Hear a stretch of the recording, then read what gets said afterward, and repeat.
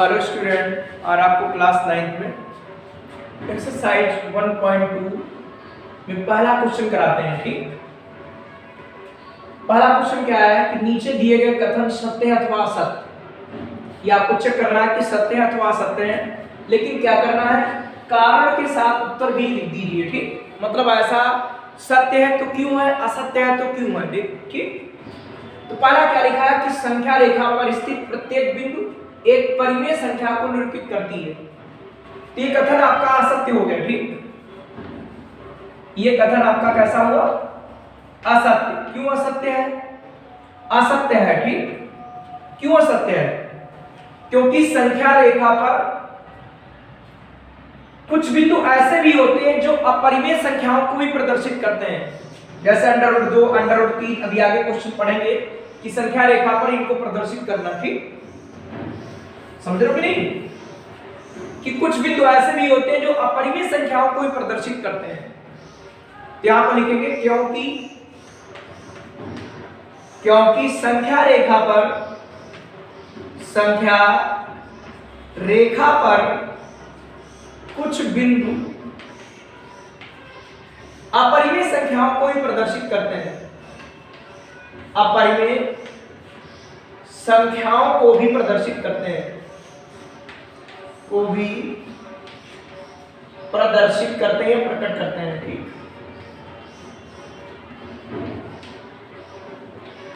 इसीलिए कथन असत्य हो गया। ठीक,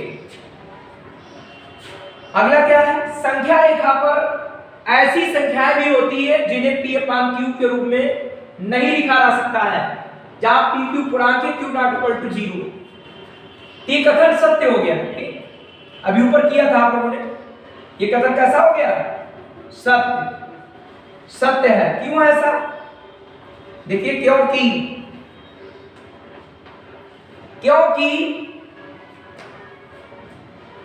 अपरिमेय संख्याओं को संख्या रेखा पर प्रदर्शित किया जा सकता है। ये जानते हो P/Q के रूप में नहीं लिखी जा सकती, वो अपरिमेय संख्या होती है। इससे पहले वीडियो में पढ़ाया गया था आपको अपरिमेय संख्याएं और वास्तविक संख्याएं क्या होती है। ठीक, यहां पर लिखेंगे कि संख्या ये क्या है, सत्य है, क्योंकि संख्या रेखा पर अपरिमेय संख्याओं को निरूपित किया जा सकता है या प्रदर्शित किया जा सकता है, क्योंकि संख्या रेखा पर अपरिमेय संख्याएं, क्योंकि संख्या रेखा पर अपरिमेय संख्याएं भी होती है। ठीक है, बस सत्य क्यों है, क्योंकि संख्या रेखा पर अपरिमेय संख्याएं भी होती है। ठीक, और जानते हो अपरिमेय संख्याओं को ही P/Q के रूप में नहीं लिखा जा सकता। ठीक, अगला क्या लिखा है कि प्रत्येक वास्तविक संख्या या तो परिमेय होगी या अपरिमेय होगी। तो यह भी कथन आपका कैसा होगा, सत्य।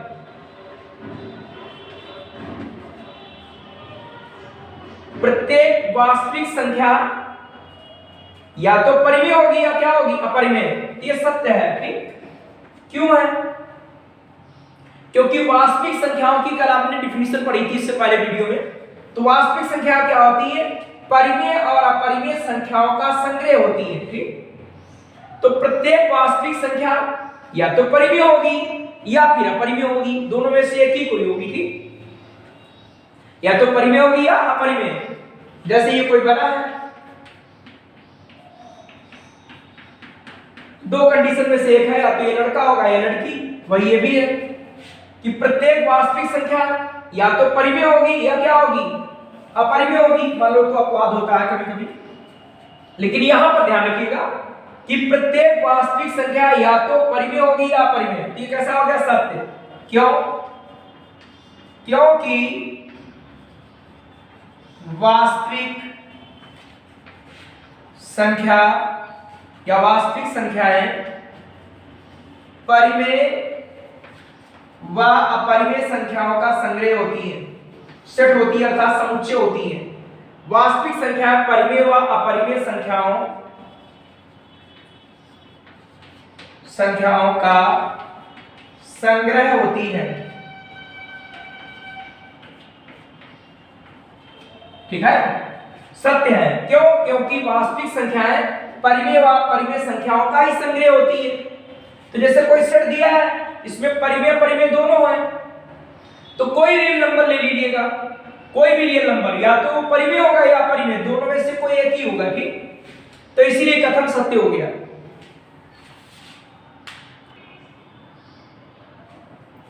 अब देखिए इसका चौथा पार्ट कि अपरिमेय संख्याओं को संख्या रेखा पर बिंदुओं द्वारा प्रदर्शित नहीं किया जा सकता है।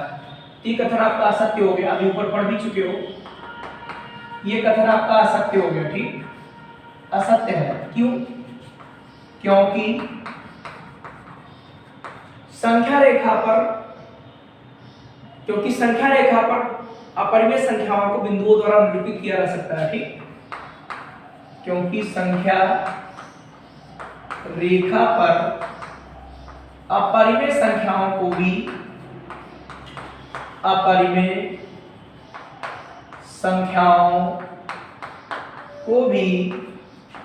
बिंदुओं द्वारा निरूपित किया जा सकता है, बिंदुओं द्वारा निरूपित किया जा सकता है। आगे जब वीडियो पढ़ेंगे तो संख्या रेखा पर √2, √3, √7 ये सब बनाना सीखेंगे। क्योंकि संख्या रेखा पर अपरिमेय संख्याओं को भी बिंदुओं द्वारा निरूपित किया जा सकता है, किया जा सकता है भैया। इसके बाद है कि प्रत्येक अपरिमेय संख्या है वास्तविक संख्या है। हाँ, ये सत्य है। ये क्या है? सत्य। तो जानते हो कि वास्तविक संख्याओं में परिमेय अपरिमेय दोनों संख्या आती है, तो अपरिमेय तो होगी उसमें, ठीक भाई। वास्तविक संख्याओं में परिमेय भी संख्या होगी और अपरिमेय होगी, तो प्रत्येक परिमेय संख्या भी वास्तविक संख्या है, प्रत्येक अपरिमेय संख्या भी वास्तविक संख्या है। लेकिन प्रत्येक वास्तविक संख्या परिमेय संख्या नहीं है, क्योंकि वो परिमेय अपरिमेय दोनों हो सकती है, ठीक। तो यहां पर लिखेंगे क्योंकि वास्तविक संख्याओं में, या क्योंकि वास्तविक संख्याएं, चाहे सकते हो, क्योंकि वास्तविक संख्याएं परिमेय व अपरिमेय संख्याओं का संग्रह है, या ऐसे लिख सकते हो क्योंकि वास्तविक संख्याओं में परिमेय व अपरिमेय दोनों संख्या आती है, ऐसे लिख सकते हो। बात की चीज है, क्योंकि वास्तविक संख्याएं परिमेय व अपरिमेय संख्याओं का संग्रह है, समूह है, ठीक। बात को समझ पाइए। अर्थात अपरिमेय संख्या, अर्थात वास्तविक संख्या में परिमेय अपरिमेय दोनों आएंगी, वास्तविक संख्याओं में परिमेय अपरिमेय दोनों आएंगी, ठीक। बात सबको क्लियर है कि नहीं? बोलो, वास्तविक संख्याओं में क्या आएंगी? परिमेय भी होगी और अपरिमेय होगी।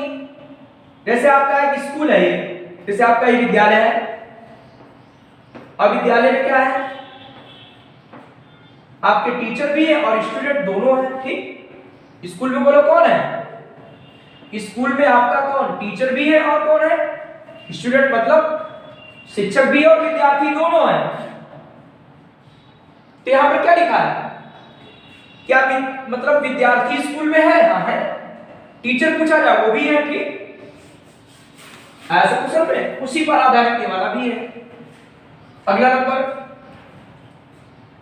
संख्या रेखा का प्रत्येक बिंदु √m के रूप का होता है, जहां m एक प्राकृतिक संख्या है। तो यहां भी आंसर आप लिखेंगे क्या? असत्य। क्यों? क्योंकि संख्या रेखा पर लिखा है प्रत्येक बिंदु √m के रूप का होता है, जहां m एक प्राकृतिक संख्या है। तो असत्य। क्यों? क्योंकि संख्या रेखा पर ऋणात्मक संख्या भी होती थी। संख्या रेखा पर ऋणात्मक पूर्णांक भी होते हैं,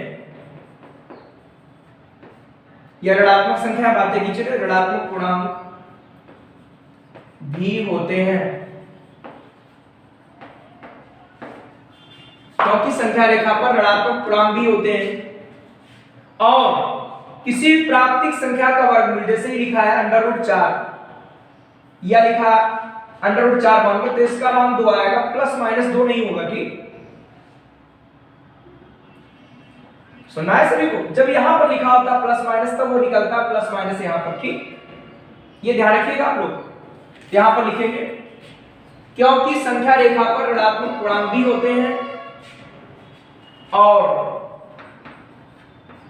किसी भी प्राकृतिक संख्या का, किसी भी प्राकृतिक या प्राकृत संख्या का वर्गमूल, ये वर्गमूल ऋणात्मक पूर्णांक नहीं होता है, ऋणात्मक संख्या नहीं होती। ठीक, ऋणात्मक संख्या नहीं होती है, असत्य, क्योंकि संख्या रेखा पर ऋणात्मक पूर्णांक भी होते हैं और किसी भी प्राकृतिक या प्रकृत या नेचुरल नंबर का जो वर्गमूल आएगा वो ऋणात्मक संख्या नहीं होती है। ठीक, इसीलिए प्रत्येक बिंदु √m को प्रदर्शित नहीं करेगा और इसमें लिखे करेगा, इसीलिए कथन असत्य हो गया। ठीक, सबको बात क्लियर हो गई कि नहीं आप सब? उसका देखिए अगला, प्रत्येक वास्तविक संख्या एक अपरिमेय संख्या है। प्रत्येक वास्तविक संख्या एक अपरिमेय संख्या है, ये कथन आपका कैसा हो गया? असत्य। असत्य है, क्यों है? आपको बताया गया था, अभी हमने बताया था कि आपका ये विद्यालय है, मतलब स्कूल है, और स्कूल में आपको शिक्षक मिलेंगे और क्या मिलेंगे? विद्यार्थी मिलेंगे। ठीक, और भी चीजें मिलेंगे और कर्मचारी मिलेंगे, लेकिन दो मुख्य रूप से कौन कौन? शिक्षक और विद्यार्थी। बताओ भैया, ये वास्तविक संख्या आप कह रहा है क्या? प्रत्येक वास्तविक संख्या एक अपरिमेय संख्या है क्या? बात सबको समझ रही कि प्रत्येक वास्तविक संख्या क्या है? अपरिमेय संख्या होती है।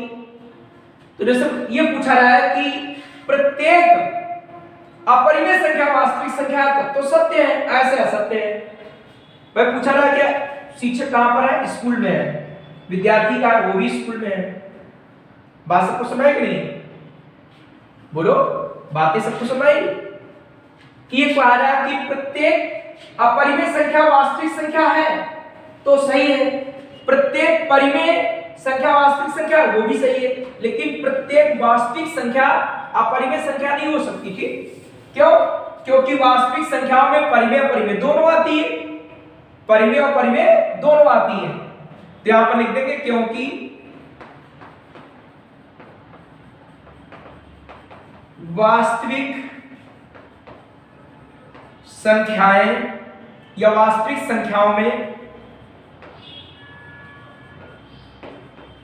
या वास्तविक संख्या ऐसे लिख सकते हो क्योंकि वास्तविक संख्याएं परिमेय व अपरिमेय संख्याओं का संग्रह होती है, ऐसे लिख सकते हो। ठीक, यही लिख सकते हो, इसमें जो ऊपर लिखा है यही यहां पर लिख सकते हो, क्योंकि वास्तविक संख्याएं परिमेय व अपरिमेय संख्याओं का संग्रह है। ठीक, इसीलिए ध्यान रखना आप लोग क्या लिखेंगे कि क्योंकि वास्तविक संख्या परिमेय व अपरिमेय संख्याओं का संग्रह है। ठीक, अगला नंबर क्या है? कह रहा पाई एक अपरिमेय संख्या है। हाँ सही है, ये सत्य है कि पाई एक अपरिमेय संख्या है। क्यों है? आगे आपको पढ़ाएंगे दशमलव प्रसार। तो पाई का जो दशमलव प्रसार है वो एक अशांत अनावर्ती है कि पाई का मान 3.14, उसके आगे बहुत से अंक आते हैं और किसी भी खंड की पुनरावृत्ति नहीं होती है। तो इस संख्या को आप P/Q के रूप में नहीं लिख सकते हो। ठीक भाई, पाई का मान तो 22/7 लगभग लिया रहता है, तो 22/7 तो परिमेय संख्या है, लेकिन ये परिमेय संख्या नहीं है। ठीक, यहां पर लिखोगे पाई एक अपरिमेय संख्या है, तो कैसा कथन है? ये सत्य है। क्यों? क्योंकि पाई का जो है दशमलव प्रसार, आगे पढ़ाएंगे दशमलव प्रसार, आपको अगले वीडियो में दशमलव प्रसार मिलेंगे, क्योंकि पाई का दशमलव प्रसार एक अशांत जो कभी शांत ना हो। अनावर्ती मतलब किसी भी खंड का पुनरावृत्ति ना हो, किसी भी खंड की, उसे बोलते अनावर्ती। क्योंकि पाई का दशमलव प्रसार एक अशांत अनावर्ती है, ठीक है। पाई का जो दशमलव प्रसार है वो कैसा है, अशांत अनावर्ती है, ठीक। न कभी शांत होगा और ना ही अनावर्ती मतलब किसी भी खंड की पुनरावृत्ति भी नहीं होगी, ठीक। तो इस तरीके से आपके सत्य सत्य वाले क्वेश्चन हो गए।